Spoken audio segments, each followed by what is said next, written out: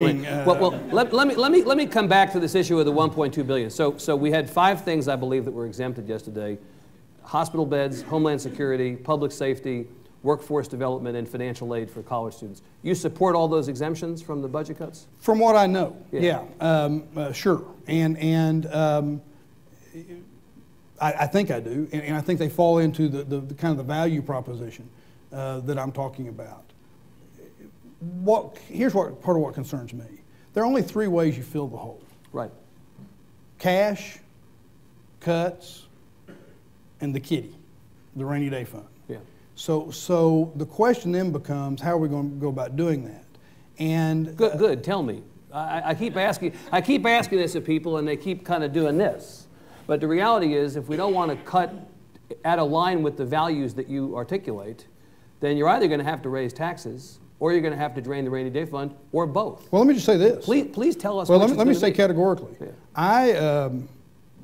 And I don't know how I'm going to say this as clearly as I think I'm capable of saying something. I will not vote for any new taxes. And I won't vote to take from the rainy day fund until the state of Texas engages in a budget reform process, maybe not even then. But as a fundamental principle, we have dug such a deep hole by engaging in budget games that I can't look at anybody in this audience and tell you that if we were to raise a tax that maybe even we might even agree with each other might need to be raised. I can't promise you that that tax will be used for what you believe it will be used for.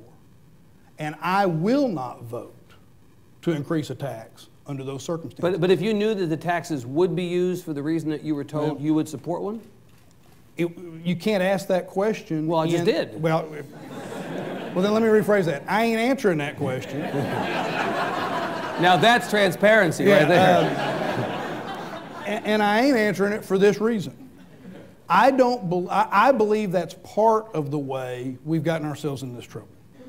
We come back session after session and try to put Band-Aids. What would you do this time? What would you do that time? And the Band-Aids are all washing off. I think what we ought to be doing is we ought to be taking it down to the base. And we ought to be looking at how it is we're going to rebuild that base, where we look at it based upon some values, and we take the time to do it. That's the other thing. Look, you didn't ask this, but I'll say it this way. When I got into the legislature 3 years ago now, I was amazed at how we went about doing the budgeting process. You know, if cities budgeted this way, we'd be passing laws to outlaw cities. Well, cities don't only work for 140 blank days every 2 years. There you have it. Yeah. There you have it. Yeah. And I actually think that's part of the problem. I think we are in such a mess, and the lack of transparency and a lack of accountability on the budgeting process is so significant. I think it's worth taking the extra time, so that when you ask that question again, you can actually put it in a context. Yeah. And this can be done. There are groups out there everywhere, everyone from McKinsey to Pew Center for the States to others. That you can read and we can learn how to go about doing this, but I'm not going to go into this legislative. I go into this legislative session that's coming up, telling you that my vote will not be there for taxes. My vote will not be there for the rainy day fund right, until we have real budget reform. So tell me how you're different from Governor Perry then, because what the governor has said is, yes, we have a shortfall of $15, $16, $18 billion.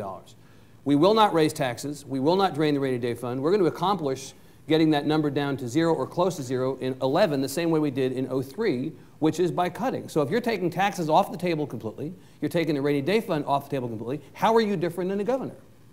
I'm different than the governor, first of all. Other than shooting kittens, apparently, or coyotes, or whatever. I did not shoot a kitten. Those were rats. Rats, pardon me. I was protecting the kitten. I should have asked you if you were packing today, actually. I only scan your emails. I'm sorry, I don't read them. Well, you get enough. Frankly. I get enough. Yeah. Other than that, and my bald spot, here's how I'm different. First of all, one of the great Texas myths is that in 2003 it was done with cuts. There were a lot of cuts, but if you actually look at the cuts of 2003, a big part of the cuts was roughly the kinds of numbers we were talking about just yesterday with that. They were cuts for all the damage that was done in cutting in the area of health, including children's health and the Children's Health Insurance Program. It only amounted to a couple of, and this is real money, and I, when the video comes out and somebody says $1 billion and he doesn't, I mean, that's real money. But in the whole that we're talking about and trying to balance it, it wasn't a big amount by comparison or relative to the hole that we were in. What happened is you saw a number of things where there were some taxes involved, and there was a lot of shifting of who pays for what. For example, you may remember that in 2003 there was the I think it was called the Telecommunications Infrastructure Fund, or fee, called the TIF, the Telecommunications Infrastructure Fee. That was a fee that was supposed to go away. Well, it didn't. Those in the room that live with that, it didn't. In fact, it was renewed as part of a tax or fee. There was a tax amnesty thing that was put together during that period of time that allowed a lot of money to come in. But then there was also some shifting that occurred. One of the big shifts, of course, was the deregulation of tuition in higher education. And what that did was it was a shift of how money is basically collected for those state institutions. You also saw other shifts. I mean, local school districts were faced with hundreds of millions of dollars of having to pick up health benefits for retired teachers. So it's important to note that in the rhetoric that we hear about, this is part of what I say, debt, diversions, delay, and I guess you could say decoys. Decoys are thrown into this as an effort to try to say we're doing something, we're giving you something for nothing, when in fact that's not what happened. And of course we see with college tuition, it's gone up. Are you advocating for the re-regulation of tuition? Not under the current circumstances. I think you have to keep the flexibility. Look, here's the question on tuition. When we talk about tuition at higher ed, we have to talk about it not just in the context of tuition at higher ed, we have to talk about it in the context of the state budget. It is a budgetary issue. I frankly am concerned. From an economic development standpoint, I'm very fearful that we're not doing the kinds of things we ought to be doing in higher ed.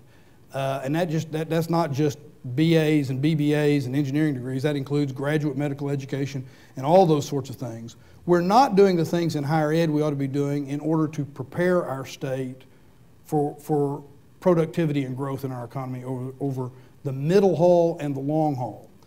So, and at a real time when we're worried about are we getting the numbers we need in higher ed, at the very same time we're seeing increases in tuition that make it difficult. So I think what we ought to be doing is we ought to be focusing on allow for the flexibility, but the only way to assure that we don't overprice our schools so that we actually are working against our long-term future is we need to make sure that in the budgeting process there's a balance there, and that balance allows for those tuition costs to not be more than they ought to be. So it requires the flexibility at the tuition level at the colleges, but it also requires that we be doing our job at the legislature to make sure that there's appropriate state funding. Right, but there's not likely to be